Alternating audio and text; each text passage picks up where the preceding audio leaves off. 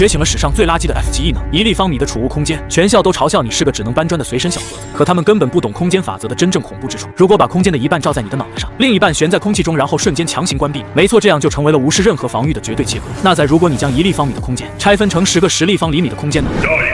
冰冷的机械音在江城第一高中的觉醒大厅里回荡，数千道目光也在同一时间落到你身上。你穿着洗得发白的旧校服，从角落一步步走上高台，把手按在觉醒石上。这个世界异兽横行，阶级森严，觉醒什么异能，几乎就决定了一个人未来能爬到什么位置，甚至决定他和家人能不能摆脱底层被圈养的命运。所以这一刻，所有人都在看。可觉醒石亮起时，那光芒却弱得可怜，灰白色的光晕只在表面薄薄覆盖了一层，像风里摇晃的残烛。台下先是一静，随后便爆出成片哄笑。这也叫觉醒？灰白色光，什么废物异能，我听都没听过，怕不是连1级都算不上吧？记录导师看着光幕上最终定格的文字，失望地摇了摇头，直接宣布：林安，觉醒异能1级，储物空间。补充说明：空间体积1立方米。这句话一落，整个大厅都笑疯了。1立方米的储物空间，这不就是个随身小盒子吗？这种异能去后勤搬货，人家都嫌装得少。贫民窟出来的，连异能都透着股穷酸味。刺耳的嘲讽从四面八方砸过来，可你只是静静收回手，看着那行冰冷的文字，脸上没有愤怒，也没有不甘，只有一片死寂。你很清楚，在没有力量的时候，情绪从来不值钱。偏偏也就在这时，一道刺眼金光突然从后台炸开，瞬间把全场视线都卷了过去。赵泽少爷4级，绝对是 S 级，是红莲业火。赵家血脉果然恐怖。在一片惊呼里，赵家嫡系少爷赵泽被淡金火焰簇拥着走上高台，他穿着华丽校服，神情里带着毫不掩饰的高高在上。可你不同，他一出生就站在绝大多数人的终点，现在又觉醒了最顶级的攻击异能之一。从今往后，资源、地位、前途都会自动朝他倾斜。可他没有先去享受欢呼，而是径直走到你面前，居高临下的看着你，嘴角勾起一抹残忍的讥笑。林安，我当是谁？原来是你这只躲在下水道里的老鼠。他抬起燃烧着火焰的手指，隔空点着你的胸口，一字一句的讥讽：1级储物空间1立方米，要是正合适，以后你那穷鬼妹妹不在了，正好拿来给她收纳遗物。提到妹妹，你眼底那片死水终于动了一下，一缕冰冷杀意一闪而过。赵泽敏锐地捕捉到了这点变化，笑得更张狂了。怎么不服？像你这种家伙，连站在这里呼吸都是在浪费江城的空气。说完，他直接转头看向王导师，语气不是商量，而是命令：学校不是还有一个贫困生保送战争学院的名额？我记得本来是给他的吧？王导师脸色发白，低声道：是，按照成绩和综合评定，这个名额原本是给林安同学的，现在没了。赵泽语气平淡，却透着一种生杀予夺的味道。我不想在有我赵泽的学校里看见这种连后勤兵都不配当的庸才，还占着资源。王导师还想挣扎一下，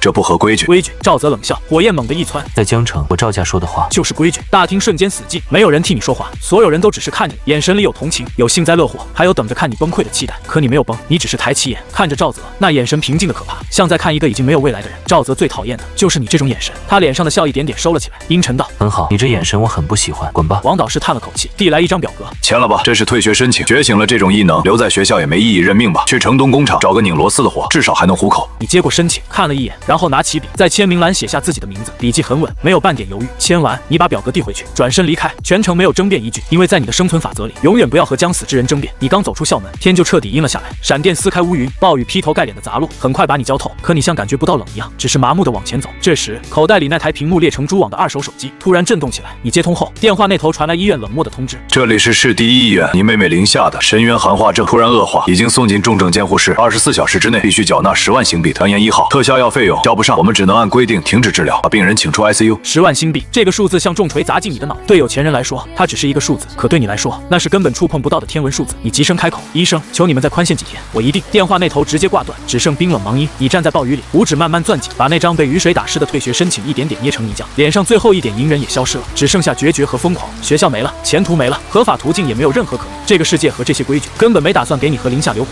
那你就只能自己抢。于是你猛地转身，朝城市边缘那片被光明和秩序遗忘的贫民窟走去。越往里，路越黑，最后你拐进一条最深、最脏，连路灯都没有的暗巷。你的眼神也在这一刻彻底变了，那就用命去抢。然而你话音刚落，一股浓烈到让人作呕的腥气就混着野兽腥臊从巷子深处扑了过来。紧接着，2盏猩红色的灯笼在黑暗中悄然亮起，那不是灯，是一双眼睛，一头本该出现在城墙之外的2阶异兽暗影狼。这种异兽以速度和利爪著称，是新兵的噩梦。普通人正面对上它，别说赢，能活过3秒都算奇迹。可你脑子里逃这个念头刚冒出来，就被你自己掐灭了。把后背留给一头狼，只会败得更快。所以你不退反进，向前踏了半步，重心压低，右手闪电般抄起地上一根锈迹斑斑，一头尖锐的废钢筋横在胸前。这是你在贫民窟黑拳场里拿伤痛和骨头换出来的本能。面对更强的敌人，越怕输，输得越快。只有摆出更狠、更不要命的姿态，才有可能挣出一线生机。一人一狼在泥泞暗巷中对峙，下一秒，暗影狼动了，它像一道黑色残影般扑来，直取你的喉咙。你几乎看不清它的动作，只能凭着无数次搏命练出来的直觉，在最后一刻猛地向右极限扭身，刺啦！你避开了喉咙，可左肩连同手臂还是被狼爪狠狠划过，一大块皮皮肉被当场掀开，赤红的液体瞬间喷了出来，剧痛让你眼前发黑，但你没有退，相反，那股痛感像点燃了你骨子里的狠劲。你暴喝一声，借着扭身的惯性，反手把钢筋狠狠扎向他的眼睛。这一击已经足够快，足够狠，可你终究低估了二阶异兽的可怕。暗影狼在半空中强行偏头，钢筋没能刺穿眼球，只是当的撞在他坚硬的头骨上，刺进去不到半寸就被卡住。暗影狼吃痛暴怒，猛地一甩头，你握不住钢筋，整个人被带得扑倒在地。接下来便是一场真正的野蛮搏杀，你和他一起在污水和泥浆里翻滚，他一次次用利爪撕开你的皮肉，你则像一头彻底疯掉的野兽，放弃了大半防御，用拳、肘、膝甚至牙齿去攻击他一切可能致命的位置。后背被抓出3道深可见骨的伤口，肩膀的伤一直在流，体力和意识也在飞快流失，你越打越慢，呼吸越来越乱。终于，暗影狼抓住机会，猛地把你撞上墙壁，你后脑一震，眼前金星乱冒，下一秒，那沉重狼躯便压了上来，2只利爪死死按住你的肩膀，把你钉在墙角，你动不了了。他低下头，腥臭狼吻离你的喉咙不到5厘米，獠牙上的痕迹都看得一清二楚，绝望像冰一样爬满全身。可偏偏就在这时，你脑海里却闪过了零下苍白却总带着笑的小脸。哥，你一定会成为最厉害的异能者。哥，等我病好了，我想吃城南那家的糖葫芦。不能输，你输了，零下怎么办？10万星币怎么办？医院里那句停止治疗怎么办？就在暗影狼张开大口准备咬碎你头骨的瞬间，你混乱濒死的大脑反而陷入一种前所未有的冷静、痛楚、恐惧、不甘，像被什么东西全部抽离。你的世界里只剩下2样东西：那颗逼近的狼头和那个被所有人嘲笑为无用的异能——储物空间。空间是什么？是一个看不见、摸不着却真实存在的盒子。既然是盒子，就一定有边缘，而边缘在开启与关闭时会出现，也会消失。一个疯狂到极点的念头猛地劈开了你的意识。如果有物体刚好卡在这个边缘上呢？你的目光死死定住暗影狼头和脖子连接的地方。下一秒，你把所有精神力、所有意志，甚至所有生命力都压进了一个从未有过的清晰念头。下半部分空间罩住狼头，上半部分空间落在狼脖子之上的空气里，空间边缘精准卡在狼头与脖梗的交界。收，储物空间瞬间闭合，压在你身上的力量陡然一轻，紧接着一股滚烫粘稠的液体像决堤一样喷了你满头满脸。你靠着墙，像破风箱一样剧烈喘息，低头看去，瞳孔猛地收缩。暗影狼的身体还压在你腿边，可他的头已经没了，脖梗处那道切口平滑的可怕，像被最锋利的激光整齐切过，毛皮、血管、骨头、神经全部整整齐齐，没有一丝毛草。你下意识闭上眼，把意识沉入自己的异能空间。下一刻，你浑身一震，那颗狰狞狼头正静静悬浮在那仅有1立方米的空间中央，双眼还保持着临死前的暴虐和错愕，断口同样平滑如镜。你终于明白了，你的异能真正恐怖的地方，从来不是储物，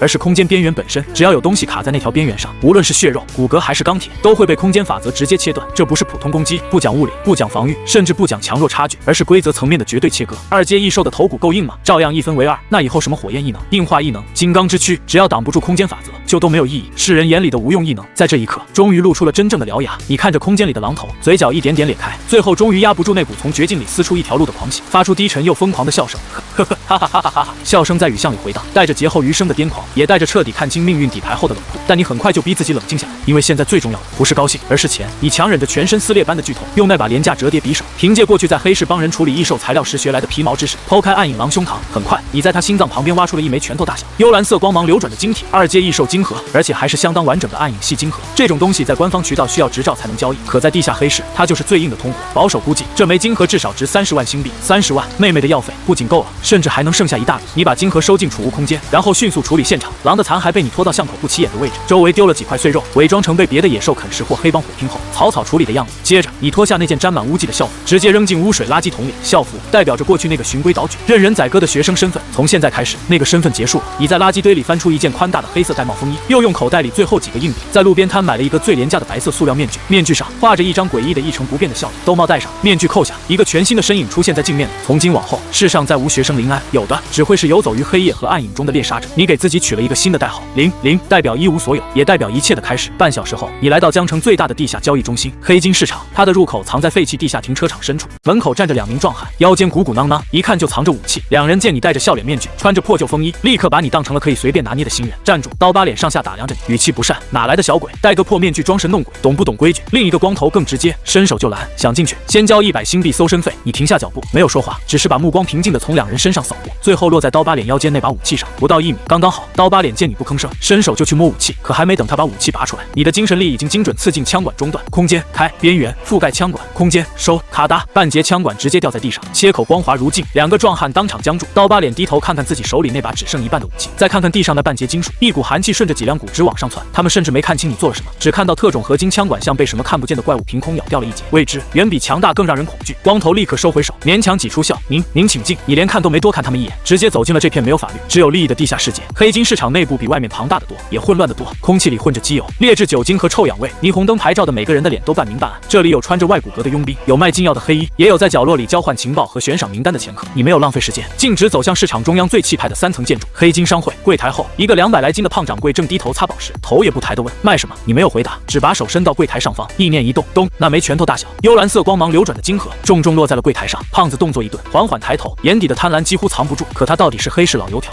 脸上的金色只停留半秒，就变成了嫌弃。他拿起金盒装模作样看了看，随手往柜台一扔，成色一般，能量驳杂，刚入2阶的水准，10万，爱卖不卖，这已经不是压价，几乎等于明抢。可你既没有愤怒，也没有讨价还价，只是轻轻冷笑一声，抬手就把金盒收回空间，转身便走。胖子顿时急了，真正不懂行情的人才会死缠烂打，像你这样转身就走，只能说明你比他更懂。等等，价格可以再谈。你没停，20万，你继续往前，25万，不能再高了。直到这时，你才停下脚步，侧过半个身子，笑脸面具在灯下显得格外阴森。30万，转入不记名黑卡。胖子的脸抽搐了一下，最终还是咬牙答应。很快，一张通体漆黑、没有任何标识的金属卡片被推到你面前，你拿起黑卡，转身就走。而就在你走出商会大门的瞬间，胖子脸上的笑也瞬间消失。他冲角落里一个喝酒壮汉做了个解决掉的手势，那壮汉咧嘴一笑，带着另外4名刺青大手，悄无声息地跟了上去。你从一开始就察觉到了那5条尾巴。更重要的是，走路途中你还顺手测试了异能的新用法。你捡起一块碎石，在迈步的一瞬把它收入空间，又在下一步踏出的同时把它从前方放出。结果那块碎石带着你奔跑时的动能，像子弹一样射了出去。这一刻你立刻意识到，储物空间不光能切割，还能暂时存放和释放动能。于是，一个更高效的反杀计划迅速成型。你故意带着那5个人在黑市的迷宫小路里七拐八绕，最终走进了一处废弃的地下3层停车场。这里阴暗偏僻，没人也没有监控，最适合处理麻烦。果然，等你停下后，那5人立刻从不同方向围了上来，把你所有退路全部堵死。为首的壮汉提着合金砍刀，脸上写满了猫捉老鼠的戏谑。小子，挺会跑啊，把卡留下，再把身上的东西都交出来。爷几个今天心情好，或许还能让你少受点苦。你缓缓转身，白色笑脸面具在昏黄灯光下显得诡异而阴森。你没有发怒，也没有放狠话，只是用一种平静到没有温度的声音问了一句：“你们的人头值钱吗？”壮汉先是一愣，随即勃然大怒，双手握刀，照着你的脑门就是一记狠劈。刀锋撕裂空气，呼啸而下。换成普通人，这一刀足以从头劈到胸口，可你非但没退，反而迎着刀锋踏出一步。就在刀锋落下的瞬间，空间边缘已经先一步掠过刀身，于是最锋利的前半截刀刃直接凭空消失。壮汉手上一轻，因为发力落空而猛地向前趔趄，而你已经顺势滑进了他1米之内。空间开，边缘覆盖脖颈，空间收，扑哧一声闷响，壮汉脸上的凶狠和暴怒瞬间凝固，他的头连同脖颈上的刺青一起消失了。下一秒，赤红的液体从断颈处冲天而起，那具失去头颅的身体保持着前冲姿势，重重砸在地上，空气瞬间死寂，剩下4个打手全部僵住，脸上的狞笑被生生冻住，只剩下最纯粹的惊恐。他们甚至没看懂你做了什么，只看到一个大活人的头就这么没了。终于，有人崩溃般尖叫一声：“鬼鬼啊！”4个人转身就逃，可你不可能让他们活着离开。你脚下一踏，整个人像贴地滑行的鬼影般追上最近的那人，对方甚至来不及回头，只觉得脖子一凉，下一秒便什么都不知道了。第2个倒下，第3个倒下，第4个倒下，第5个倒下，你没有任何多余动作，每一次都只是最简单、最致命的贴身、套头、闭合，整个过程不过短短几秒。停车场里便只剩5具横七竖八的躯体，赤红的液体在地面迅速蔓延，像一张刚铺开的地狱画卷。而你站在中央，黑色风衣却干净的没有溅上一滴。你蹲下身，平静的在那些人身上摸索了一遍。几分钟后，你起身，收获还算不错，几沓现金，大概3万多新币，还有一把做工精致的军用合金匕首。你把钱和匕首收进空间，再摸了摸最贴身口袋里的黑卡，30万，再加上这3万多，够了，终于够了。透过那张诡异的笑脸面具，你的目光像是穿透了层层黑暗，看到了医院 ICU 里那张苍白的小脸，那双一直冰冷死寂的眼睛，也终于有了一丝温度。夏夏，哥哥有钱救你了。你轻声说完，把黑卡珍重的放回最贴身的口袋，随后不再停留，转身离开，把这片充斥着血腥的停车场扔回黑暗深处。你离开后不到5分钟，踏踏踏，一阵急促的脚步声传来，黑金商会的胖子掌柜带着10几个手持能量枪、气息彪悍的护卫，气势汹汹地赶到了这处废弃停车场。人呢？可恶，5个打1个，还能让他跑了？等抓到那小子，我要亲手把他……胖子掌柜的咒骂声在看清眼前景象的瞬间戛然而止，他脸上的肥肉剧烈地颤抖着，那双被挤成一条缝的小眼睛此刻瞪得滚圆，充满了血丝。5具躯体，5具身手分离的躯体，他最得力的打手，那个觉醒了 C 级硬化皮肤的头目，像一条破麻袋一样趴在血泊里，脖子上的切口光滑的能当镜子用，一股刺骨的寒意从胖子的尾椎骨直冲天灵盖。他扑通一声，双腿一软，一屁股瘫坐在了冰冷粘稠的液体里，嘴唇哆嗦着，牙齿上下打颤。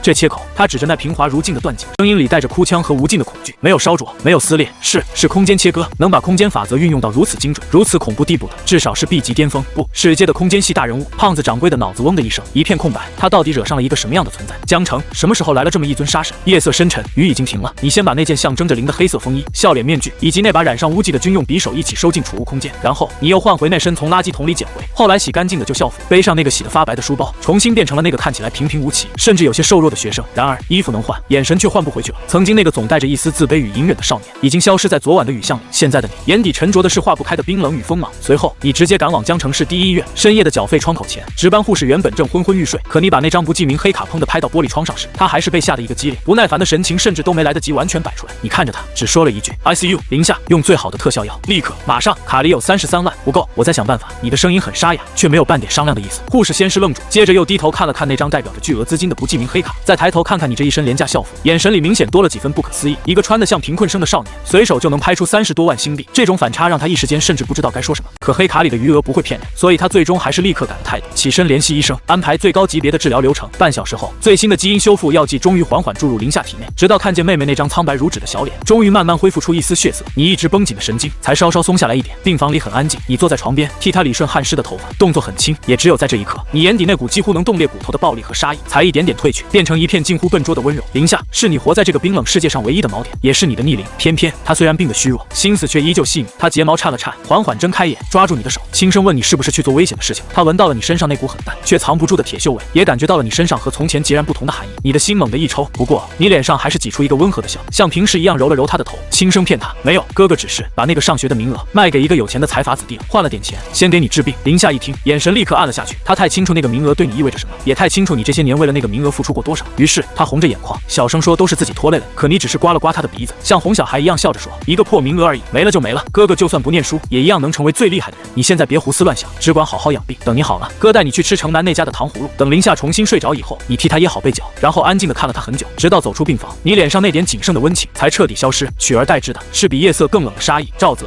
抢你名额，辱你妹妹，踩你尊严的账，差不多该算了。第二天清晨，阳光照进江城第一高中的校门，可落在你身上时，仿佛也被那股无形的冷意隔绝开来。你像过去3年里的每一天一样，背着旧书包走进学校，只不过这一次你没有回教室，而是径直去了教务处，领出一张社会舞者大考报名表。既然保送名额被赵泽强行夺走，那么学校这条路就已经断了。既然如此，你就换一条更难、更凶险，但也更直接的路。社会舞者大考风险极高，参加的人要么是没背景、没资源，只能拿命搏前途的狠人，要么就是被逼到绝路，已经没有退路的人。而你显然属于后者。然而，你才刚拿着表格从教务处出来，走廊前方就传来一个极其刺耳的声音：哟，这不是我们学校曾经的天才林安吗？你抬头一看，赵泽正带着几个跟班迎面走来，怀里甚至还搂着一个浓妆艳抹的女同学，脸上写满了春风得意，那副样子像极了踩着别人的骨头爬上高处以后，还要特意回头嘲笑一番的胜利者。他走到你面前，先是故意打量了你一圈，接着便开口讥讽，说你昨天没来上课，是不是在家里伤心？你懒得理他，转身想从旁边绕过去，可赵泽却一把按住你的肩膀，随后目光一低，就落到了你手里那张报名表上。他顺手抢过去，一看上面的字，先是一愣，紧接着便像听见什么天大的笑话一样，夸张的大笑起来。社会舞者大考报名表，你们快看看，一个觉醒了一级储物空间的家伙，竟然还想参加社会大考？你是嫌自己活得不耐烦，打算跑到荒野去给异兽送外卖吗？他的声音很大，于是走廊周围很快就围过来一大群学生，有人窃窃私语，说你肯定是受了刺激，也有人摇头叹气，觉得你这样的人去参加社会大考和自寻死路没区别，更有人只是单纯想看戏，想看你被赵泽踩进泥里以后，会不会还像以前一样低头认命。在这些人眼里，你过去的隐忍和沉默早就被误解成了软弱，所以他们全都以为这一次也不会有任何不同。然而偏偏就是在所有人都这么想的时候，赵泽把那张报名表扔到了地上，然后抬起脚，用那双价值数万新币的限量版战术鞋狠狠踩了上去。他一边来回碾压，一边居高临下的看着你，语气恶毒到极点：庸才就该待在该待的地方，这张纸就是你的痴心妄想，我踩碎它就像踩死一只蚂蚁一样简单。如果是以前，你或许真的会低下头，默默捡起那张纸，然后把所有屈辱都吞回肚子。可惜现在不是以前了。你缓缓抬起头，脸上没有愤怒的咆哮，也没有屈辱的眼泪，只有一片可怕的平静。那双黑的吓人的眼睛像2个吞噬光线的深渊，下一秒没有任何预兆，砰一声沉闷巨响在走廊里轰然炸开，你身体微微下沉，右腿在一瞬间化作一道几乎看不清的边影，一记势大力沉的正蹬结结实实踹进赵泽的小腹。那一脚太快也太重，赵泽脸上的狞笑甚至还来不及收回，整个人便像被一头高速冲撞的凶兽正面撞住，身体攻成虾米，一口酸水和胆汁猛地喷出，随后双脚离地倒飞出去足足3米多远，轰哗啦，他的后背重重砸在走廊的宣传栏上，整块钢化玻璃瞬间崩碎，无数碎片四下飞溅，全场瞬间死寂。谁都没想到你会动手，更没人想到你竟然一脚就把赵泽踹成了这个样。赵泽像一滩烂泥似的从碎玻璃堆里滑下来，蜷缩在地上，脸色惨白，痛苦的连完整的惨叫都发不出来。而你只是缓缓收回脚，依旧站在原地，仿佛刚才那一脚不是踹飞一个人，而只是随手掸了掸灰尘。然而这还远远没完，赵泽身后的人群里，一个始终沉默的平头中年人猛地站了出来，他太阳穴高高鼓起，浑身气息骤然爆发，脚下地砖甚至都因为发力而裂开了几道缝隙。地级力量型觉醒者，这是赵家专门给赵泽配的保镖，也是实打实从军队体系里退下来的狠角色。小子，你胆子不小！随着一声暴喝，那保镖整个人如同炮弹般冲了上来，砂锅大的拳头带着撕裂空气的尖笑，直奔你的面门。周围学生一下子全都慌了，尖叫声、抽泣声、后退声混成一团，因为谁都知道这种级别的力量型觉醒者，一拳砸断骨头根本不是什么夸张说法。然而你没有退，不仅没退，反而在那拳头即将碰到你鼻尖的瞬间向前迎了上去。准确的说，你不是硬冲，冲，而是像一滴水一样诡异地滑进了对方怀里，直接卡进了1米之内的距离。那保镖先是一愣，紧接着便冷笑起来，因为在他看来，近身恰恰是力量型觉醒者最擅长的领域。于是他立刻收拳变招，双臂猛地朝中间合拢，想直接把你连骨头带内脏一起挤成粉末。可惜他根本不知道1米之内对你而言意味着什么，不是近身，而是行刑，无形的空间波动一闪而逝，你甚至没有任何多余动作，只是在心底轻轻落下一个念头：空间开，边缘覆盖双臂关节，空间收。咔嚓一声令人牙酸的脆响后，全校师生都看到了此生最难忘的一幕。那保镖的2条手臂在即将碰到你身体的前1寸，竟然从手肘处整整齐断开，2节带着小臂和拳头的粗壮断臂，还保持着合拢的姿态，就那样突兀的脱离身体，然后啪嗒2声掉在地砖上，切口光滑如镜，先是死寂，紧接着赤红的液体才像被延迟了半秒一样，从那2个诡异平滑的断口中喷涌而出，瞬间在走廊白墙上甩出大片扇形痕迹。保镖低头看看自己空荡荡的手肘，又看看地上那2节仍在抽搐的断臂，脸上的凶狠彻底凝固，直到下一秒剧痛真正冲上脑子，他才猛地发出一声不像人声的惨叫，扑通一声跪倒在地，像待宰的牲口一样满地打滚。这一刻，整个走廊静得真洛可闻，所有人都傻了，因为他们根本没看清你做了什么，甚至连一丝明显的异能波动都没捕捉到。一个地级力量型觉醒者的双臂就这么没了，而你只是平静地跨过在血泊中哀嚎的保镖，一步步走向赵泽。此时此刻，赵泽已经彻底吓破胆了，他脸色白得像纸，手脚并用地往后爬，裤裆很快湿了一片，竟然是直接吓得失控了。你走到他面前停下，然后在数百双惊恐、敬畏、骇然的目光注视下，你缓缓抬起脚，用那只洗得发白的廉价运动鞋重重踩在了赵泽那张浮肿扭曲的脸上，把他的头死死碾在满是玻璃碎渣的冰冷地面上。屈辱，前所未有的屈辱。你低头俯视着脚下这张因为恐惧而变形的脸，声音不大，却像极北寒流一样清清楚楚传进在场每一个人的耳朵里。你的保送名额我不稀罕，大考上我会当着所有人的面亲手击碎你引以为傲的一切。说完，你缓缓抬脚，看都懒得再看他一眼。你转身弯腰，从地上捡起那张被踩得满是脚印的社会舞者大考报名表，用手轻轻拍了拍上面的灰，然后背着你那个旧书包，在所有人自动让开的道路中大步离去。阳光透过走廊窗户，把你的背影拉得很长，孤单、沉默，却带着一种让人几乎不敢直视的压迫感。而与此同时，校长办公室里，老校长正盯着监控回放，手都在发抖。画面定格在你切断保镖双臂的那一瞬，没有明显凌厉外泄，没有夸张能量波动，甚至连空间涟漪都弱得几乎可以忽略不计。越是这样，越说明事情可怕，因为这意味着你的能力不是打出来的，而是直接作用在规则层面上的。老校长越看越心惊，手里的茶杯都没拿稳，直接摔碎在地。这根本不是一级储物空间，这是空间法则的具现化。这一刻，他终于意识到江城出了一头真正意义上的怪物，于是他立刻按下紧急按钮，下令把你那3分钟的监控录像列为 S 级绝密，封存所有原始数据，任何人不得调阅。不仅如此，他还要求调出你过去3年的全部档案，显然是想彻底重新审视你这个原本被所有人当成庸才的学生。然而学校才刚刚意识到你的价值，赵家那边已经动了真正的杀心。赵家别墅里，奢华水晶灯下的气氛压抑得像冰窖。赵泽顶着一张肿起来的脸，躺在沙发上尖叫着要报仇，要你不得好死。赵雄则站在落地窗前，一言不发地听完了全过程，随后直接拨通了一个加密通讯，通讯那头的人叫猎狗，那是专门在荒野区里干脏活、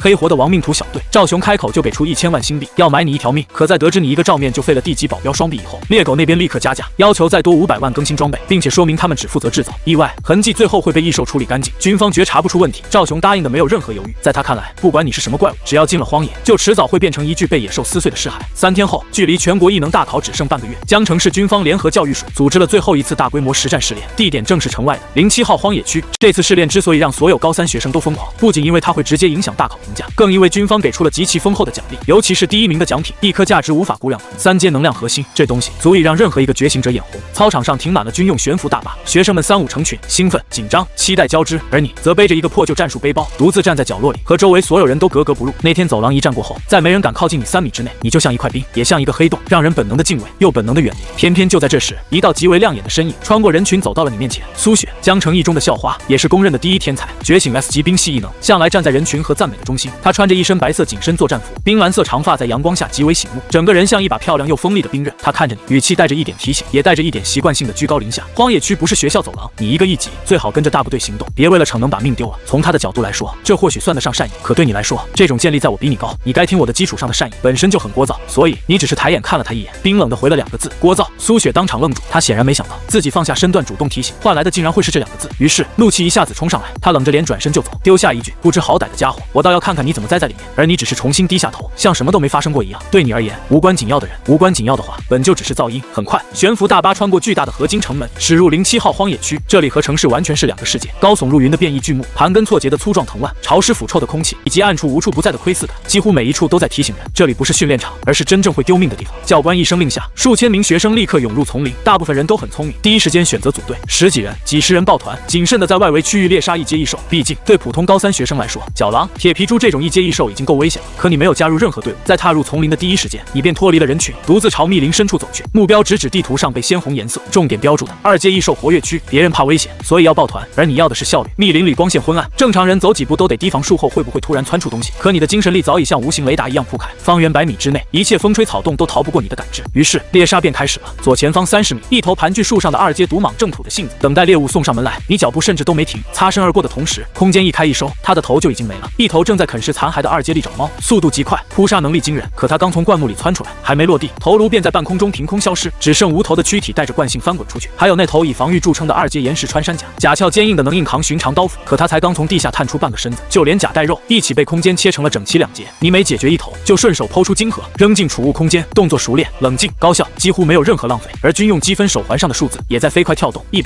220、370、510、880。试炼指挥中心的大屏幕上，你的名字则像坐火箭一样，从数千名开外一路狂飙，很快便冲进前100，而且还在持续上升。然而，就在你再次剖开一头毒蟒，刚把晶核拿到手里的瞬间，一股被极度危险锁定的寒意猛地从你脊椎骨炸开，没有任何思考，你身体的本能反应甚至比意识更快，你猛地向前扑倒，顺势翻滚进旁边的灌木丛。也几乎就是同一时刻，一颗足有拇指粗细的大口径狙击子弹，带着刺耳尖笑，擦着你原本站立的位置呼啸而过，狠狠轰在身后那棵3人合抱的巨树上，轰！树干当场炸裂，木屑横飞。这一枪已经不是试炼级别，而是专业猎杀。你半跪在灌木阴影里，眼神冷得像冰，大口径穿甲弹，1000米之外的精准狙杀，再加上这明显早有准备的伏击路线，除了赵家，你想不到第2种可能。想解决你，那就一个都别想走。1000米外的山头上，狙击手也在皱眉。他本以为这是一场轻松到不能更轻松的任务，可你刚才那个规避动作，专业的根本不像学生，反而像是一头在荒野里活了多年的狼。紧接着，猎狗小队开始收缩包围圈，5个人分成左右2翼加正面压境，想用最快速度把你困死在局部区域里。然而，他们以为自己在围猎你，却不知道真正的猎人从来不站在包围圈中心等死。你的精神力已经提前锁死了他们5个人的方位、距离和移动轨迹，所以你不仅没有逃，反而贴着地面和植被的阴影，鬼魅般的反向切进了他们包围圈最薄的一侧。最先倒下的是3号，那人手持战术步枪，小心地清理着前方区域，完全没想到危险不是来自正面，而是来自头顶。就在他经过一棵巨大古树时，你已经像蝙蝠一样从树冠阴影里倒挂而下。他才刚一抬头，你便已经进入1米之内，空间张开，覆盖头盔和头颅，然后闭合，扑哧，声音轻得几乎听不见。那名猎狗队员连一句警报都没来得及喊出，脖子以上便彻底消失。你顺手扶住躯体，把它轻轻靠放在树边，连倒地声都没发出来。很快，4号奉命前来查看，他一眼就看见了那具姿势诡异、脖子却空空如也的躯体。那一瞬间，他整个人都麻了，甚至连汇报都带上了明显的颤音。可也就在他分神的那一刹那，你再次从侧方阴影里切入，一闪而过，再次收走了他的头。短短1分钟，猎狗小队便折了2人，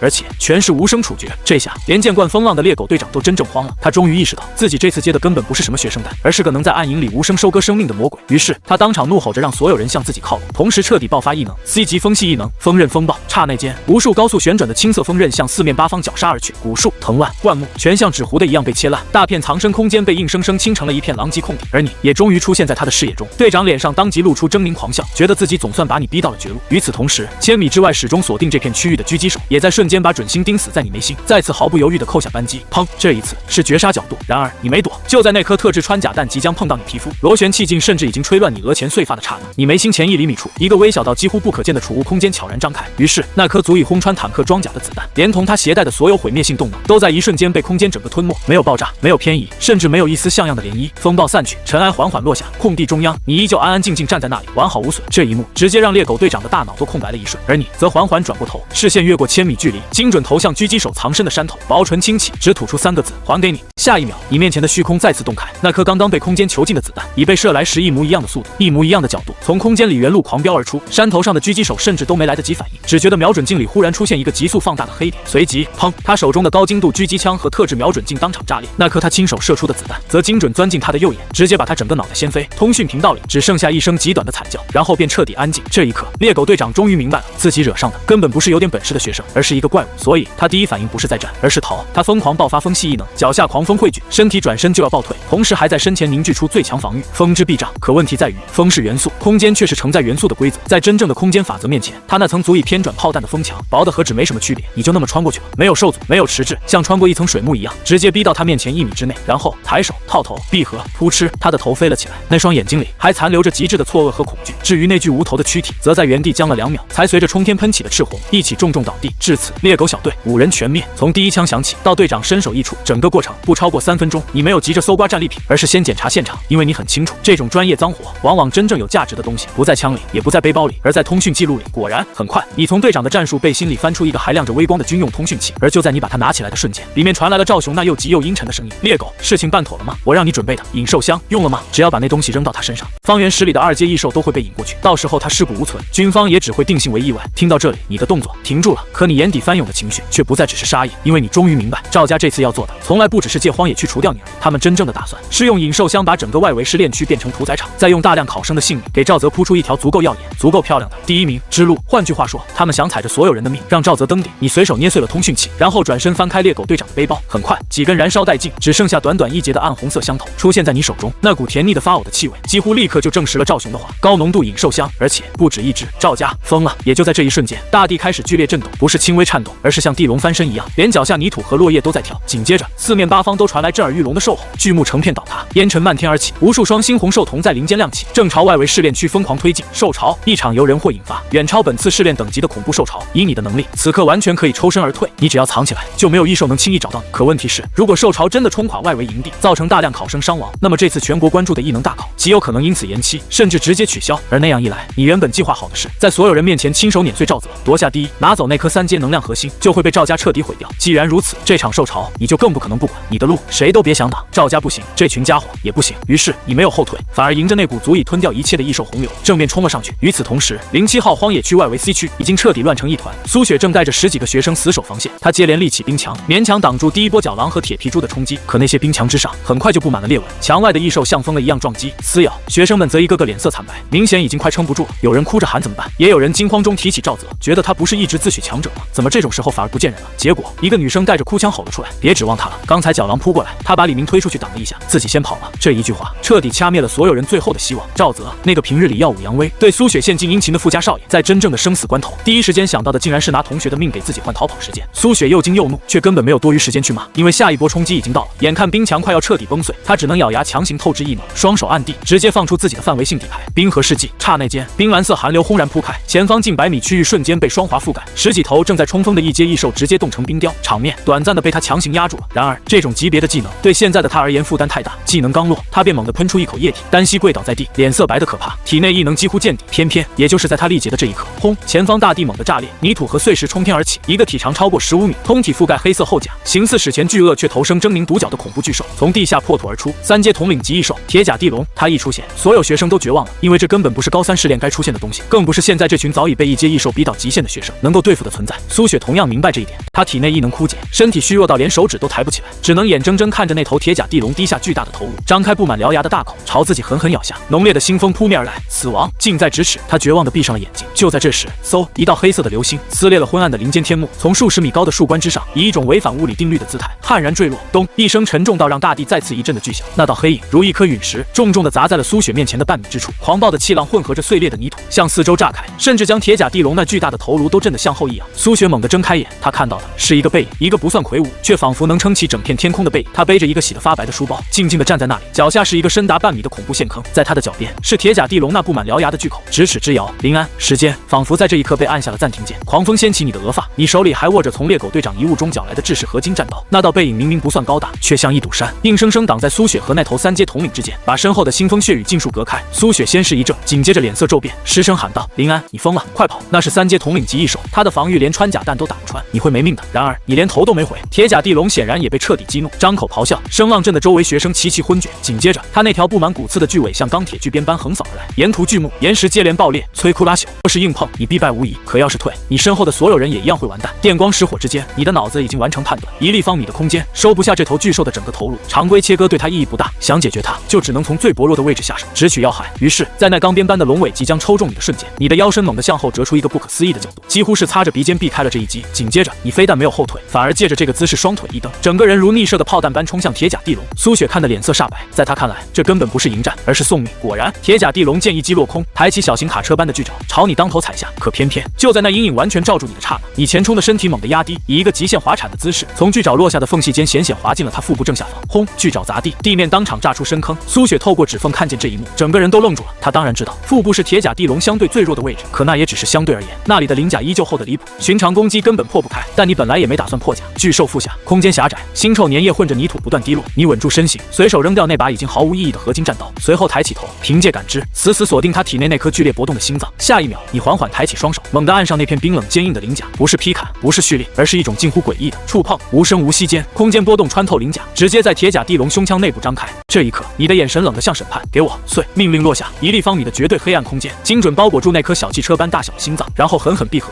噗嗤一声沉闷到极点的切割声从他体内传出，铁甲地龙那震天的咆哮戛然而止，他庞大的身躯猛地僵住，猩红树瞳里的暴虐和疯狂迅速褪去，只剩下一种源自生命本能的茫然与恐惧。他明明外表毫发无损，却能清楚感觉到支撑自己一切力量的源泉突然没了，而你已经趁着他僵直的瞬间从他腹下滑了出来，甚至没有回头。2秒后，轰！那头小山般的钢铁巨兽彻底失去支撑，轰然倒塌，大地都为之一颤，烟尘弥漫中，苏雪呆呆看着那头外表没有任何伤口，却已经气息全无的三阶统领，整个人像被抽空了灵魂。他的冰河世纪连拖延片刻都做不到，可那个被所有人讥笑为一级庸才的人，却只凭一次触碰就让他当场毙命。这已经不是强弱差距了，这是他根本无法理解的东西。而你已经走到异兽旁边，意念一动，一颗巨大的像轮胎，顶部却切口光滑如镜的地龙心脏扑通一声掉在泥地里，你面无表情的把手插进去，很快便掏出一枚拳头大小、通体漆黑、内部仿佛有熔岩流淌的菱形晶体。三阶统领级地龙晶核，苏雪终于勉强找回一点神智，声音干涩：“林安，你到底……”可你只是冷冷看了他一眼，别挡道3个字，直接堵死了他所有问题。随后，你抓住铁甲地龙那根狰狞独角，深吸一口气，竟硬生生把重达数十吨的庞然大物拖了起来，一步步朝试炼营地方向走去。那道不算魁梧的背影，拖着山峦般的巨兽，在昏暗林间和漫天兽吼里，像一幅神魔降世的画。苏雪怔怔看着这一幕，再想起林振气同学逃命的赵泽，心里的厌恶和鄙夷几乎到达顶点。与此同时，你的背影也像烙印一样刻进了他脑海里。而与此同时，07号荒野区临时营地已经乱成一团，外围防线摇摇欲坠，士兵正拼命组织学生后撤。指挥部内，那位上校军官盯着雷达上不断逼近的大片红点，脸色铁青，正怒斥情报部门。偏偏就在这时，赵泽连滚带爬冲了进来，扑倒在地，声泪俱下的喊道：“长官，我知道兽潮怎么来的，是林安，是那个一级庸才干的。”上校眉头一皱，让他说清楚。于是赵泽立刻开始颠倒黑白，说你不知道从哪弄来了高浓度影兽像，到处乱扔，还扬言要拉所有人陪葬。换句话说，他想趁你已经丧命在兽潮里的机会，把所有脏水一股脑泼到你身上，把自己洗成揭露真相的英雄。眼看上校脸色越来越沉，赵泽心里暗喜，正准备再添一把火，可偏偏就在这时，一阵沉重到让地面震动的脚步声从营地入口处传了过来，咚咚咚，那声音越来越近，像是每一步都踩在所有人心脏上。很快，迷雾被缓缓撕开，在所有人惊骇欲绝的目光中，你单手托着那头小山般的三阶统领铁甲地龙的庞大身躯，一步步走进了营地。你浑身泥污，面色冷漠，像刚从炼狱里走出的魔神。你无视了所有目光，直接走到赵泽面前，然后把另一只手里提着的猎狗小队战术背包以及那个被你捏成废铁的通讯器狠狠砸在他脚下。赵家要给我一个交代，这些是你们掉的吗？死寂！营地像瞬间被抽干了所有声音。赵泽脸上的悲愤立刻凝固，取而代之的是极致恐惧，整个人白得像鬼。他甚至脱口而出一句：“你没死。”说完才意识到自己几乎等于不打自招。你懒得理他，抬脚踢开背包，燃尽的暗红香头、猎狗队长的身份牌以及那个还在闪着微光的通讯器一起滚了出来。紧接着，你按下播放键，赵雄那阴沉急切的声音顿时通过扩音功能响彻整个营地。只要把那东西扔到他身上，方圆10里的2阶异兽都会被引过去，到时候他尸骨无存，军方也只会定性为意外。铁证如山，人群瞬间炸了，真是赵家干的，买凶害人，还想害死我们所有人。赵泽这个败类！上校的脸色在这一刻难看到了极点，可赵泽还不死心，瘫在地上尖叫，说你一个1级怎么可能解决得了猎狗小队？怎么可能拖得回3阶地龙的身躯？这一切都是栽赃。听到这里，你终于露出一丝冷笑。1级，你抬起手，亮出一个染上污迹的学生监控手环。你的意思是，一个1级顺手捡到了你害人的证据？下一秒，你强行破解手环权限，一段画面被投到了指挥部剧目之上。画面里，角狼扑来，赵泽不但没有救人，反而一把将身边的李明推出去挡在身前，自己则头也不回的逃命。镜头最后定格在他那张因为兴奋和扭曲而狰狞的脸上。如果说录音只是让众人愤怒，那么这段画面就彻底点燃了杀意。赵泽，你还我兄弟命来！这种人渣不配活着。偏偏就在这时，苏雪也在几名女生的搀扶下赶了过来，她脸色苍白，却还是咬着牙当众作证。我可以证明，赵泽临阵抛弃同学独自逃命，也是林安救了我们所有人。有了 S 级天才的当众指证，赵泽最后一点挣扎也彻底被碾碎。上校深吸一口气，猛地转身，下令执法队拿下赵泽，收押，移交军事法庭最高级别审判。赵泽彻底崩溃，凄厉惨叫着喊罢。而也就在执法队即将抓住他的瞬间，谁敢动我儿子？一声暴喝如雷炸响，一股恐怖到让空气都凝固的5阶威压轰然席卷全场，学生们几乎齐刷刷跪倒，弱一点的直接昏死过去。紧接着，一道穿着奢华的中年身影瞬间出现在赵泽身前，把他护在身后。赵家家主赵雄，他根本没看地上的证据，而是死死盯住你，眼中杀机暴涨。小子，竟敢污蔑我儿，毁我赵家声誉，今天谁也救不了你！话音未落，一只能量巨爪已经朝你头顶狠狠抓下。5阶很强吗？你站在原地，眼底没有半点恐惧，反而只剩一种被彻底触怒后的毁灭欲。你的空间已经开始在眉心前悄然扭曲，准备就算拼着重伤，也要先废掉赵雄一条手臂。可偏偏就在这千钧一发之际，放肆！一道比赵雄更霸道的怒喝猛然从你身前炸开。不知何时，那位上校已经挡在你前面，他没有花哨动作，只是简简单单轰出一拳。结果赵雄那只能量巨爪当场寸寸崩碎，恐怖权力顺势轰进赵雄胸口，把他整个人打得口吐液体倒飞，连撞数座军用帐篷才狼狈摔下。一拳重创5阶、6阶。上校缓缓收拳，眼神冷得骇人。在我军方营地公然袭杀军方证人和本次试炼第1名赵雄，你是想让赵家满门陪葬吗？这一句话彻底判了赵家父子的结局。很快，赵雄和赵泽都像破麻袋一样被拖走。至于那场由赵家精心设计的阴谋，也在众目睽睽之下彻底败露。营地里鸦雀无声，所有学生在看向你时，眼神已经从震惊变成了敬畏，甚至恐惧。而上校转身看向你时，眼底的怒火已经散去，取而代之的是毫不掩饰的欣赏和炽热。林安，你斩杀3阶统领铁甲地龙，揭露罪罪犯，拯救同学，功勋卓著。经指挥部一致决定，你是本次联合试炼的第1名。说着，他从副官手里接过一个特制金属箱，递到你面前，这是你的奖励，3阶地龙能量核心。随后，他又抛出一个足以让无数人疯狂的邀请。另外，我代表东部军区正式邀请你，有没有兴趣跳过所有流程，直接加入苍龙特战队？你接过箱子，感受着里面澎湃的能量，心里那块石头总算稍稍弱了一点。可紧接着，你还是抬起头，缓缓摇了摇头，抱歉，长官，在参军之前，我得先用它去救我妹妹的命。你几乎是一路疾驰回到第1中心医院，可偏偏命运像是在故意嘲弄你。你推开 ICU 病房门时，预想中妹妹安静沉睡的画面并没有出现，取而代之的是刺耳到撕裂耳膜的警报声。病房里冷得像冰窖，病床上的林夏全身都覆盖着一层肉眼可见的冰霜，连金属护栏和被褥边缘都结出了狰狞冰花。他嘴唇青紫，胸口起伏微弱的近乎停止，监护仪上的各项数据则全在疯狂闪烁红灯。你脑子嗡的一声，冲到主治医生身边，声音嘶哑：“怎么回事？我走之前不还好好的吗？”医生满头冷汗，语速快得几乎要喘不上气。变异了，你妹妹体内的深渊寒化症突然恶性变异，那股寒气像有了自我意识，在排斥和吞噬一切外来能量。我们刚才尝试注入的温和能量液全被冻结了。说到这里，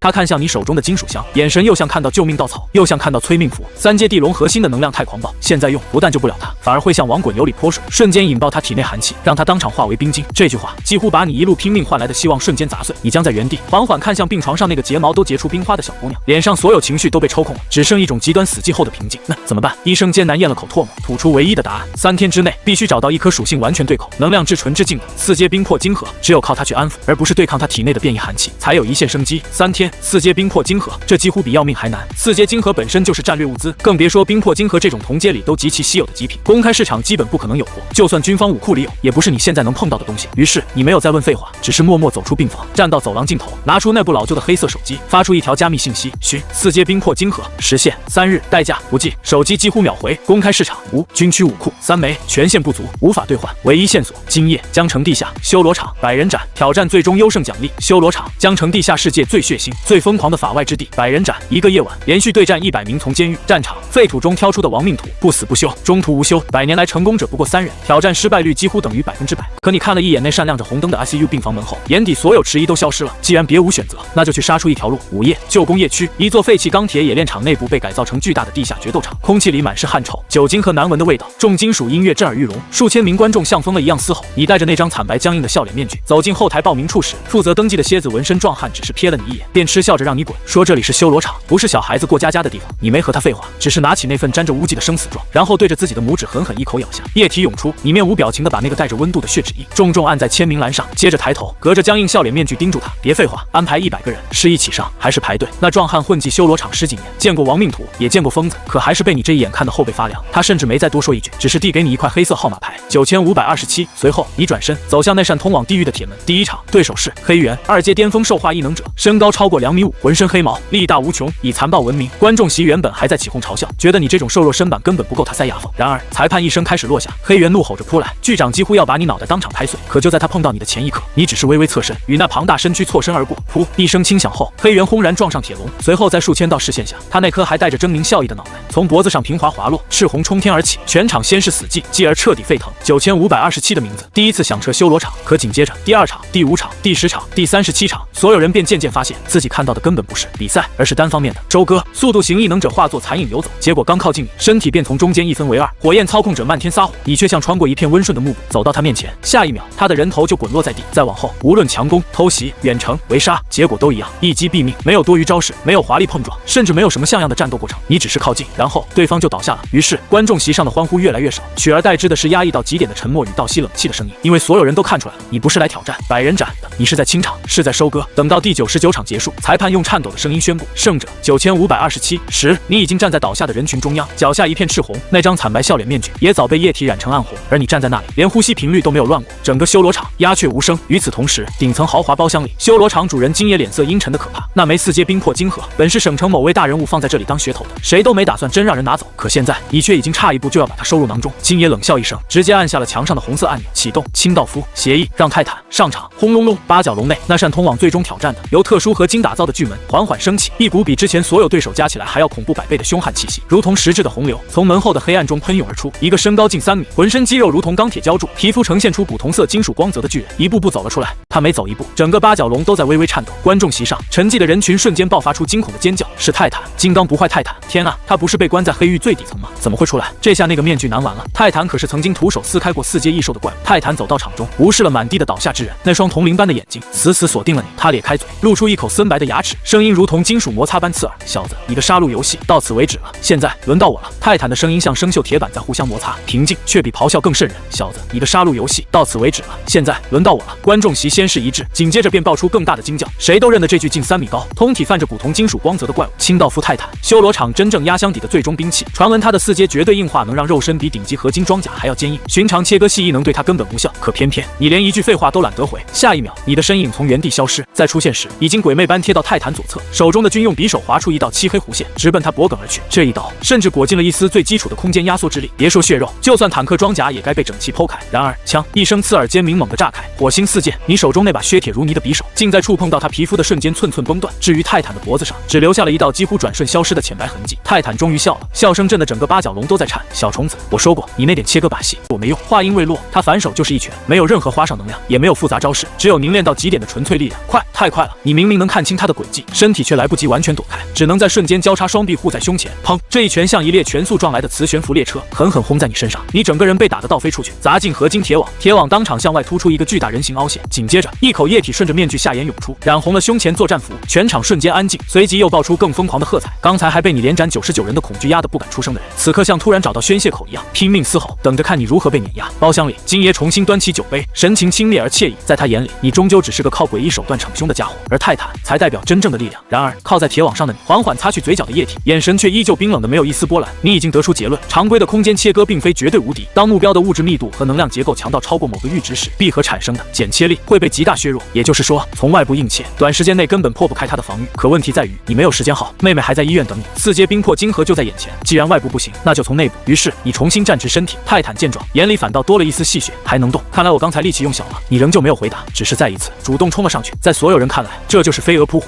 泰坦也这么想，所以他这次甚至懒得出拳，而是狞笑着张开双臂，打算直接把你活活箍死，连骨头带内脏一起挤压成粉末。10米、5米、3米，就在2人即将撞上的刹那，你的身体骤然下沉，避开他那山一样压来的胸膛，整个人像一道滑腻的影子贴着他身侧一闪而过。与此同时，你的右手五指张开，轻轻按上了他的太阳穴，那动作甚至像情人间的抚摸。泰坦脸上的狂笑还没来得及收起，而你的眼底已经只剩下极致的冷与疯狂。空间开，这一次不是从外部切割，也不是闭合取头，你直接在他那坚不可摧的头颅内部，在被厚重颅骨层层保护的大脑核心区域，强行开出了一个边长1厘米的立方体空间。只存在了一瞬，然后恢复原状。宇宙最基础的法则，在那短短1万分之1秒里完成了一次创生与湮灭。泰坦僵住了，他的眼神、表情、动作全在这一刻被定格。紧接着，一缕赤红液体慢慢从他的左耳淌出，然后是右耳、鼻孔、眼角、嘴角，7道液痕顺着那张古铜色的脸缓缓流下，画出一幅诡异到极致的图案。下一秒，咚！那具小山般的身体直挺挺倒了下去，重重砸在八角笼地面。4阶肉身强化系强者清道夫泰坦当场毙命，整个修罗场瞬间像被按下了静音键，音乐停了，尖叫停了，所有表情也都僵在了脸上。数千双眼睛死死盯着那具七窍渗出液体的躯体，又看看站在旁边的你，没有伤口，没有对抗，只有一次触碰，然后神倒下了。短暂的死寂之后，前排一个负伤手里的酒杯啪的落地，像是按下了某个开关。下一秒，整座场馆彻底炸了，无数观众尖叫着、哭喊着往外挤，只想逃离这个像炼狱一样的地方。可你没有理会任何骚乱，你抬起头，隔着层层人群望向顶层那间豪华包厢，声音因为伤势略微沙哑，却依旧冰冷清晰。100场结束了，4阶冰魄晶核拿来。话音落下，人群动作都顿了一下。是啊，你赢了，100人斩已经完成，按规矩，奖品就该属于你。然而金爷显然从来没打算讲规矩，他站到麦克风前，冷笑声通过扩音器传遍全场。9527，你确实给了我一个惊喜，可惜你以为你那点小动作能瞒过所有人吗？泰坦肉身比战舰装甲还硬，却无声倒下，连一道像样的伤口都没有，这分明是咒杀系或者违禁神经毒素的路数，所以你违规了。按照修罗场铁则，挑战者一旦使用禁术，成绩作废，奖品没收。此话一出，全场再度哗然，黑吃黑，所有人瞬间听明白了，金爷看中的已经不是一颗晶核，而是你那种无视防御、一击毙命的诡异秘术。他想连人带宝物一起吞掉。紧接着，他又故作大度地补了一句：不过我可以给你一条活路，交出你的秘术，我让你活，甚至还能让你做我手下最值钱的一条狗。你站在原地，缓缓抬头，这一刻，你眼里最后那点对规则的忍耐也彻底碎了。你遵守了他们的游戏，用性命和伤痛杀出100人斩。可现在，庄家却告诉你，你赢了，但我不认，那就没什么好说的了。你只是轻轻笑了一声。